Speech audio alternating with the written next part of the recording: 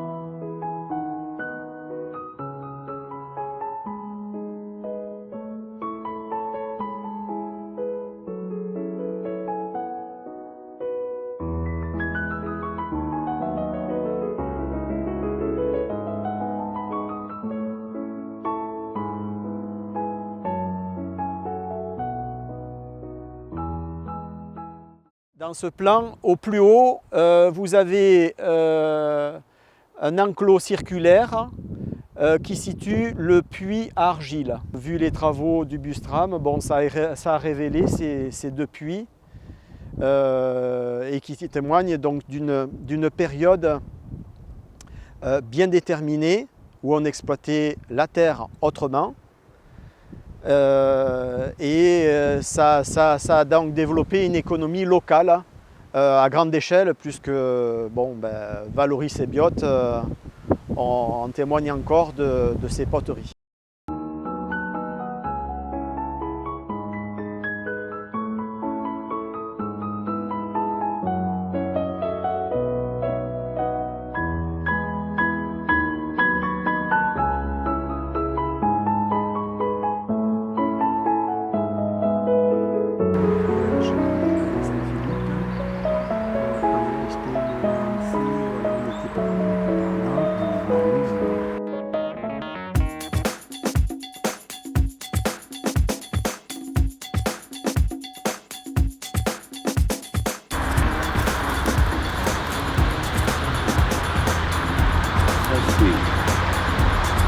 d'argile. C'est une belle argile qui est, bon, il y a plein de matière organique et puis des racines, des cailloux, mais elle est très plastique, elle est...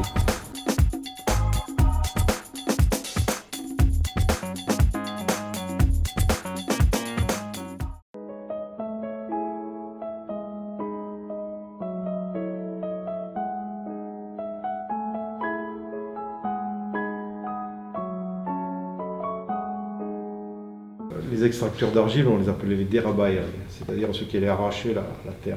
Bon, on choisit déjà le terrain, on sait à peu près en fonction de la végétation qu'on a au-dessus. C'est des plantes qui aiment bien les sols siliceux, donc la couleur des roches. On arrive à distinguer un petit peu les roches qui vont sceller le haut, les veines d'argile, et ensuite ils creusaient un puits tout simplement, donc on descend doucement jusqu'à tomber sur la veine d'argile. Ensuite ça pouvait aller jusqu'à 20 mètres de profondeur, hein, quand c'était assez profond.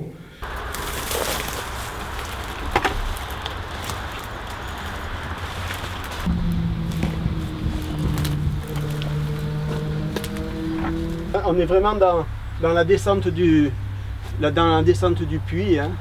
Donc qui est à la fois une descente en forme de puits et de galerie, mais bon, il y a eu les mouvements de terrain dus à la déforestation des engins, et ça donne ça, quoi. Mais bon, on est dans un lieu d'exploitation. Et les parois certainement carrées, du moins la description que j'en ai eue. Le trou était étayé avec du bois. On retrouve à peu près les mêmes systèmes qui étaient décrits dans un livre qui est assez ancien, qui doit dater du XVIe, c'est des Re Metallica, un livre de mineurs. Et donc c'était exactement le même procédé, la même façon d'étayer les galeries. Donc à part qu'ici ils utilisaient beaucoup de pin, parce que c'était l'arbre qui était le plus courant, commun. Et il s'éclairait avec une lampe à huile. C'était un outil qui était assez intéressant parce que lorsqu'il manquait d'oxygène, il voyait de suite que la flamme, ça donnait beaucoup plus de fumée. Donc les narines commençaient à devenir un petit peu noires. Et là, ils allumaient vite un feu au bas du trou, au bas du puits, pour créer un point chaud et faire circuler l'air, et faire remonter l'air, et créer une ventilation, allez dire, artificielle. Ouais, mais ça, c'est pas de l'argile du tout.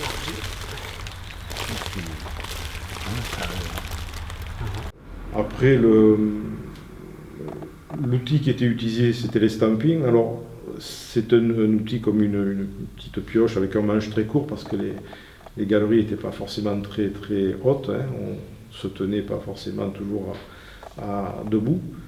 Et s'ils avaient de la chance, c'était pas trop dur, donc il extrayait avec des couffins, des couffes en châtaignier.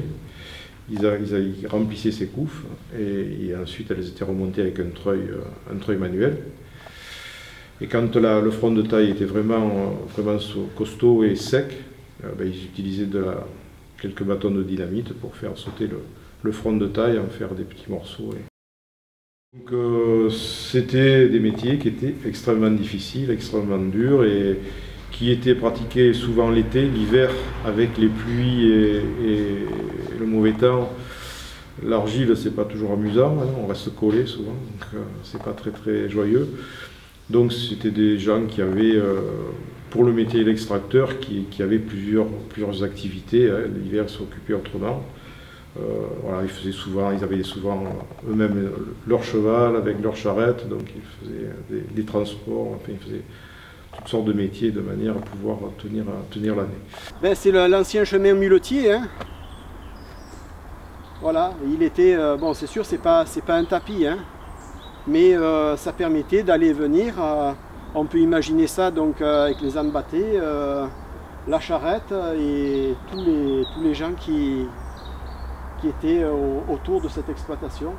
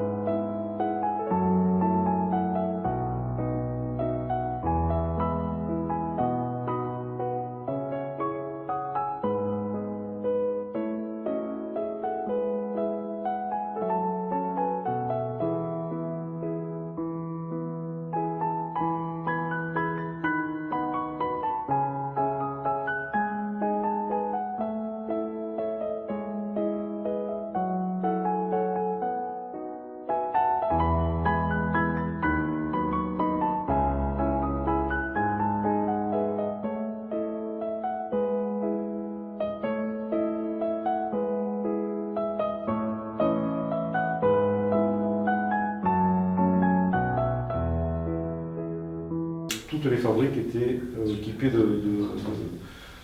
de fours de ce type. C'est des fours à flamme directe. Alors intermittent parce qu'on cuit, on refroidit, on défourne, on recharge et on recuit. Donc on attend le refroidissement. Donc ces flammes vont passer à travers les poteries, elles vont sortir par-dessus, au-dessus de la voûte, et dans la grande pièce qui est en dessus, qui est dédiée uniquement à l'évacuation des fumées. Donc les fumées sortaient par la toiture, alors ce qui faisait toujours impression aux touristes qui venaient visiter Valoris, parce qu'ils croyaient qu'il y avait le feu dans la maison, mais non, c'était les potiers qui cuisaient.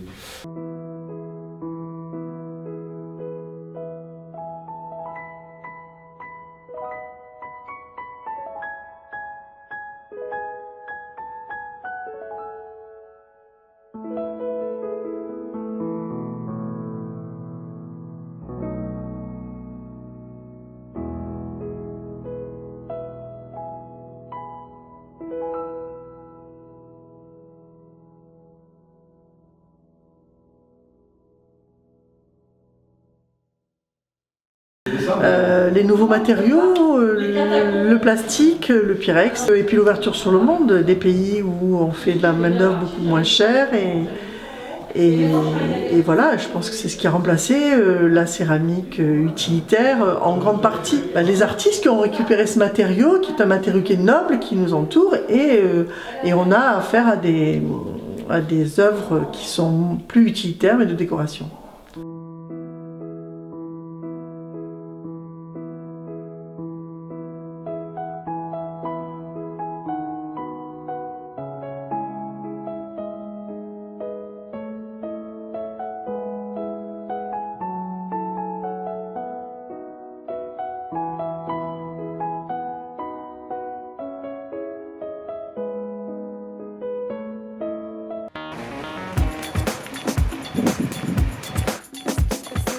Saint-Paul, quoi.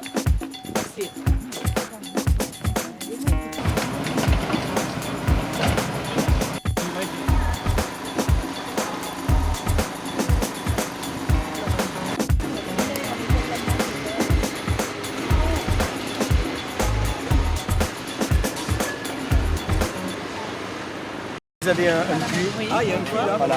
ici. Il y en avait un. Il y en a un là avec la Il semblerait ruelle. qu'il y en ait encore un là-haut. C'est la continuité de ce qui va être entrepris, le passage du bus tram. C'était un lieu d'exploitation d'argile où il y avait des anciens terriers. Mais voilà, sur cette grande partie, ici, il y en avait quelques-uns où on descendait chercher cette matière première, l'argile pure. Regarde un peu là, ça va être très intéressant là. Ce puits montre la difficulté qu'avaient ces hommes à descendre dans les veines parce qu'il n'est pas vertical, il passe par des tas d'infractuosités et pour l'instant il descend quand même. À vue d'œil sans y entrer, il descend assez profond.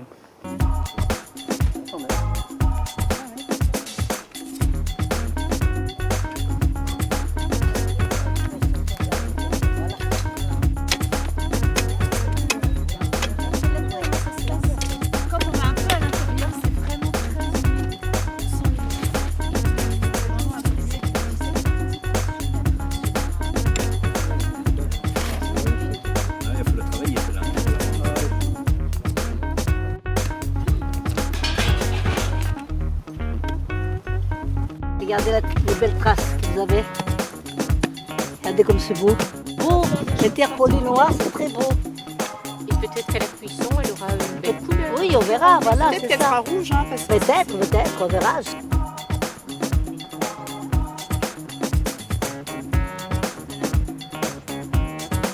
Et là, c'est ce qui est émouvant, c'est que là, c'est une argile pure. C'est pas une argile lavée, mélangée, trafiquée. C'est vraiment une matière pure et que nous-mêmes, on va essayer de façonner pour faire des choses et voir comment elle réagit, comment elle est après la cuisson, parce qu'on a différentes strates de terre. Il y a du lait rouge, rose, noir.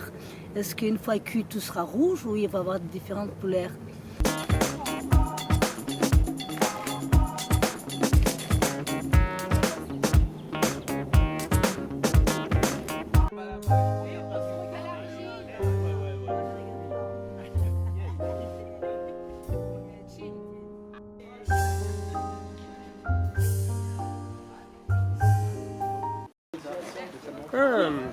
Celui-là, dans l'échantillon, il resterait presque collé à la langue. C'est l'argile qui pompe la salive et qui va faire l'adhérence, quoi. Donc en fait, plus la roche est argileuse, plus elle colle. C'est la terre noire, donc que nous l'avons gardée pour vous, pour le côté pédagogique.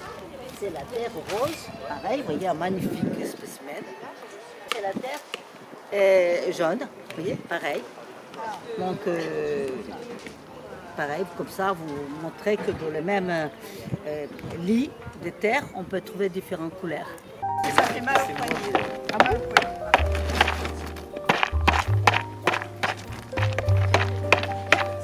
La royi, et ça. Et goji, ça fait... La terre, elle a été ramassée, elle a été séchée. Maintenant, elle est concassée, ici. Et après, on l'a fait décanter dans de l'eau pour qu'elle devienne argileuse, quoi, qu'elle devienne molle, toute molle.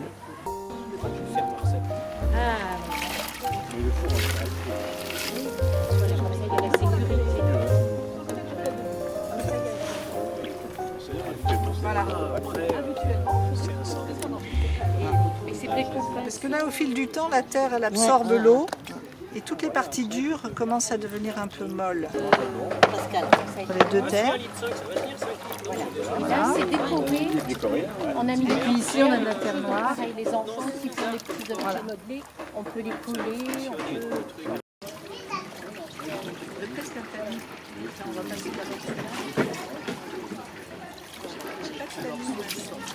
Je vais tamiser donc la terre pour essayer de retirer les plus gros cailloux. Et au premier tamis, et puis après on va les retamiser pour voir que ça un peu plus. Nous, on écrase tous les petits morceaux d'argile qui sont restés très durs.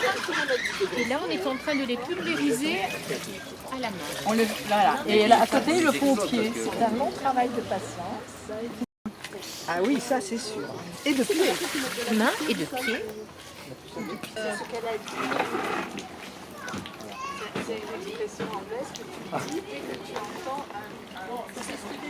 Parce que moi j'en ai une autre, parce qu'elle a Par contre, ce qu'on va faire, c'est ramener au centre.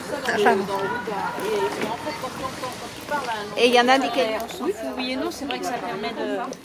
J'ai les pieds, ils sont collés là. Je ne bouge plus là. Pour le film là.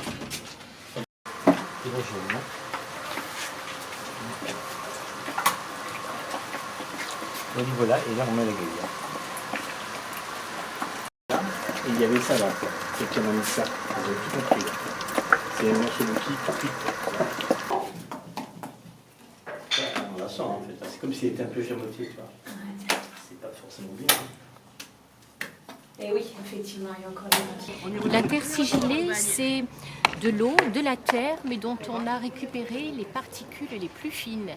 Pour permettre cette décantation, eh bien, on va rajouter du silicate de soude.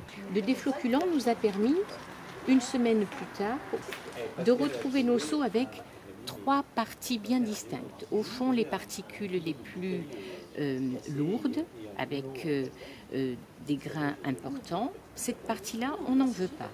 Au-dessus surnage une zone où il n'y a presque que de l'eau. Cette partie-là aussi, on n'en veut pas, elle ne nous intéresse pas. Et on recueille la partie intermédiaire dans laquelle se trouvent les particules les plus fines de l'argile. Et ça, c'est cette terre sigillée, cette terre très fine, ce jus de terre que l'on va recueillir par siphonnage. Donc on a utilisé un petit tuyau, une seringue, et on a siphonné dans différentes bouteilles les terres sigillées, donc de notre terre noire, de notre terre rouge et de notre terre jaune. On a posé la sigillée sur ces plaques qui étaient lisses et on les a fait briller. On a mis à peu près 4 couches.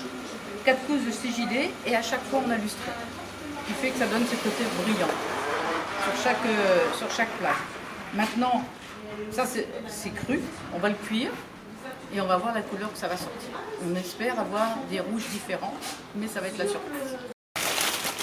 J'ai fabriqué en fait une terre avec la terre rose qu'on avait trouvée, que j'ai donc cassée, tamisée à sec. Et ensuite j'ai mis de l'eau de pluie parce qu'il pleuvait ce jour-là, donc elle est faite à l'eau de pluie.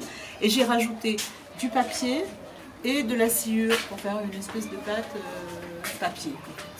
Et là, j'ai pris des pots que j'ai cassés, des vieux pots, et comme ça me fera un peu de chamotte, et je vais aussi ajouter la chamotte. Voilà. Et ça va donner à la terre une plus grande résistance, en fait.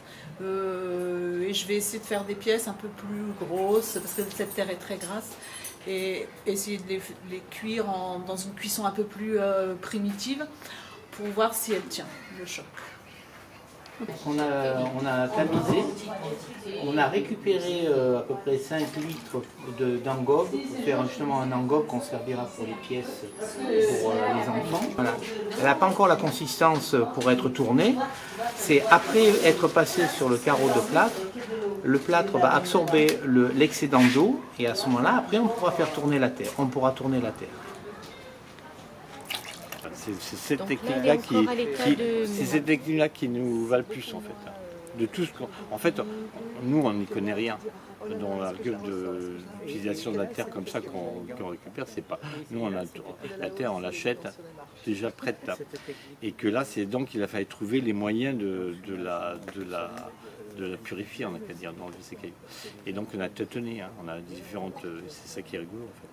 Et là, en fait, la dernière technique, celle qui nous correspond le mieux, c'est ça, c'est la rendre très très liquide et la tabasser. Et si on racle avec une spatule, on emporte des petits fragments de plâtre. Et à la cuisson, ça fait exploser les pièces. Donc,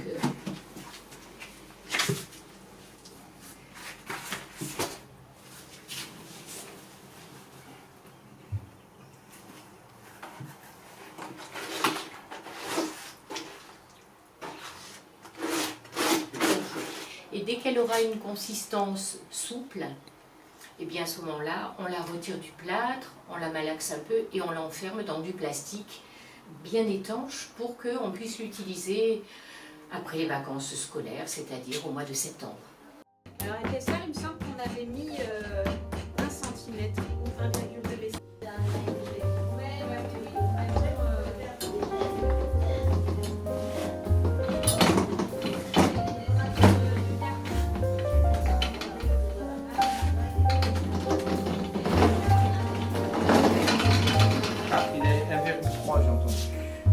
Salut, l'épaisseur 1,2. Ah, d'accord. On a mis. Ouais. Ah non, ça faut l'enlever. Hein. C'est quoi ça? À 1 heure chercher la tête.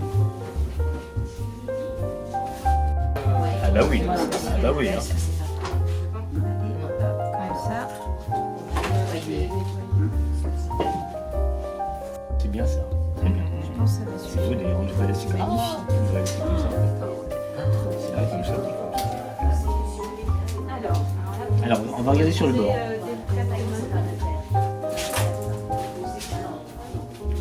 Tu vois, c'est bien. Alors Sur le bord. J'ai compris de la répartition du poids. Là, il n'y a pas de poids. Ça reste. Il faut pas appuyer ici. Non, non, vois voilà. Il faut prendre ça. Non, non, mais n'appuie pas. Tu retires. Et après, tu démoufles sur la planche. Très bien, vas-y. Directement sur le bas ou bien le journal? Je dirais le bas aussi. Ouais, c'est bon.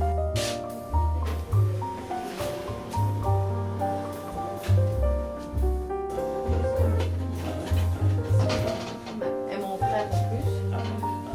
Elle m'en prépare en plus. Super. Bon, la prochaine, je vais revenir. Tu vas revenir? Oui, mais je crois que Ouais. Voilà. Comme ça. Oui, ça me suffit. Allez. Voilà, comme ça, je vais faire quelques carreaux moi aussi. Voilà. Voilà, voilà. D'une manière ou d'une autre, Les immigrés. des gens d'extérieur. en Bien fait. sûr, absolument.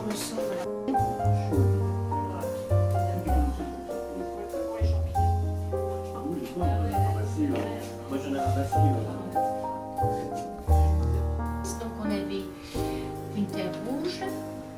Ici on avait travaillé la terre papier, c'est-à-dire la terre on avait mélangé aussi du papier et un petit peu des copeaux, de la sciure.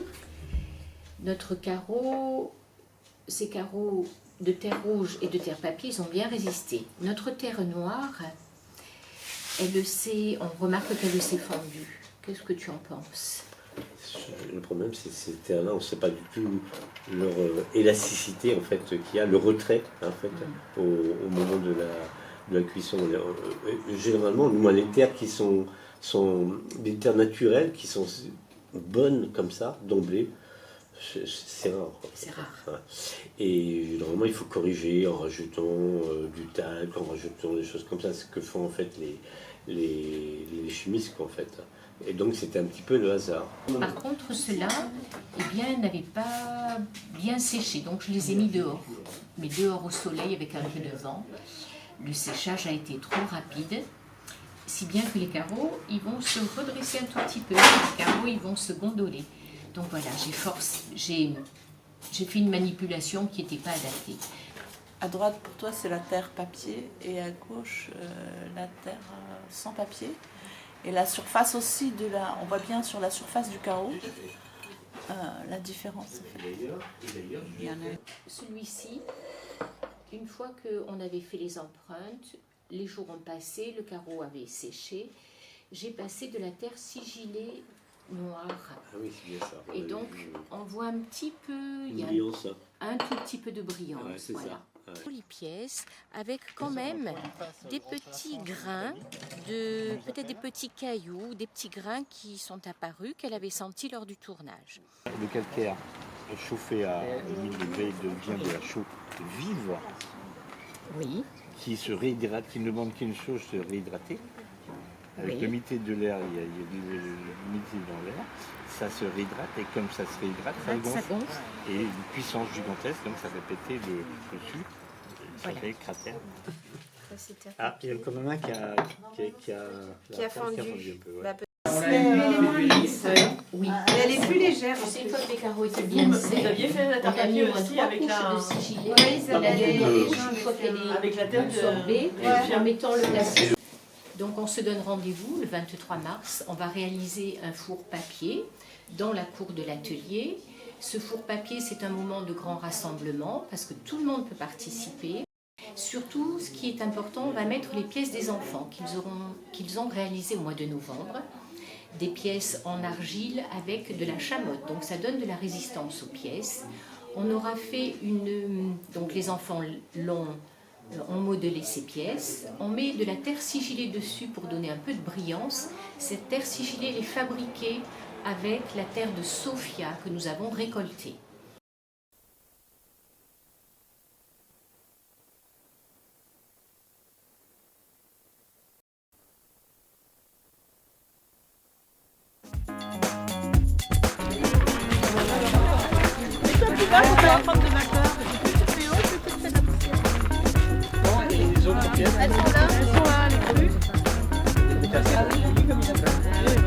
Ouais, ça y est, super. On les écarte.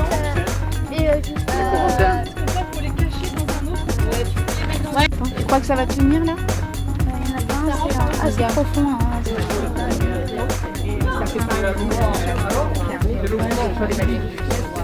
Là, regarde. On a des tabliers.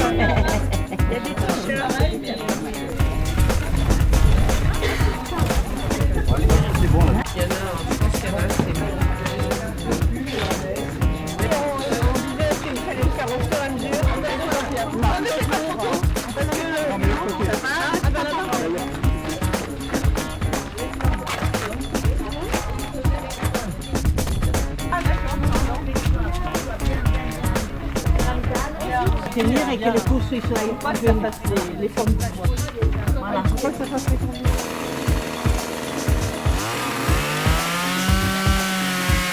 Ah oui, tu l'as même pas fait. On va en faire, mais je l'ai commandé quand même. Allez les enfants, prends un petit peu de terre qu'on va rajouter. Un plus grand personnage.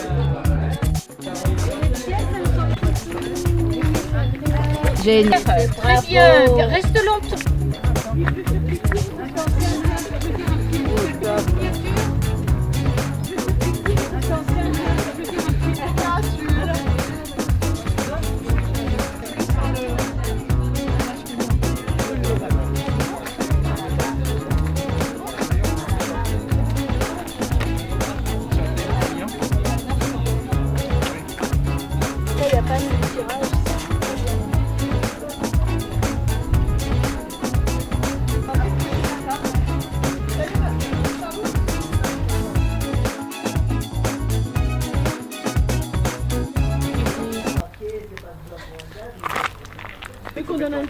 elle est cassée là. Oui, petit canard. oui.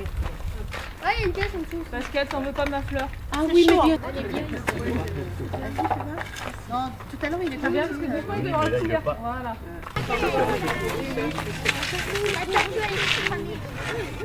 Et il y aura toutes des nuances grâce à la fumée. Donc c'est une technique d'enfumage qui va révéler des gris, des bruns, des noirs sur les pièces et qui va leur donner un beau costume qui va leur révéler une belle surface. Je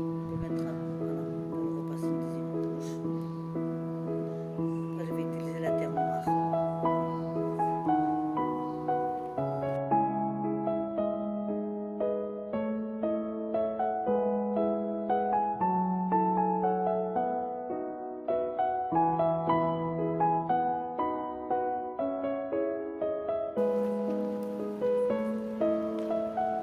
Et comme ça se réhydrate, ça gonfle. Et une puissance gigantesque. Et il faisait une boue.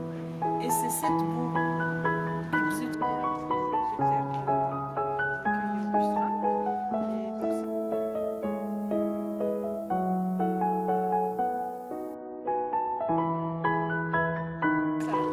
En plus, il est bavard. Aïe.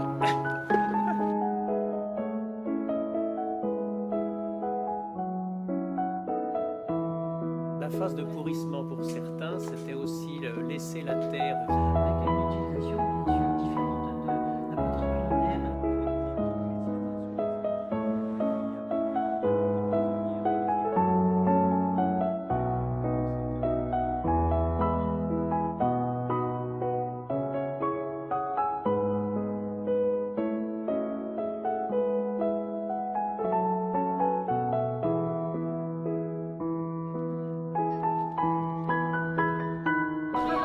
Allez, on refait, vous levez les pinceaux. Ouais.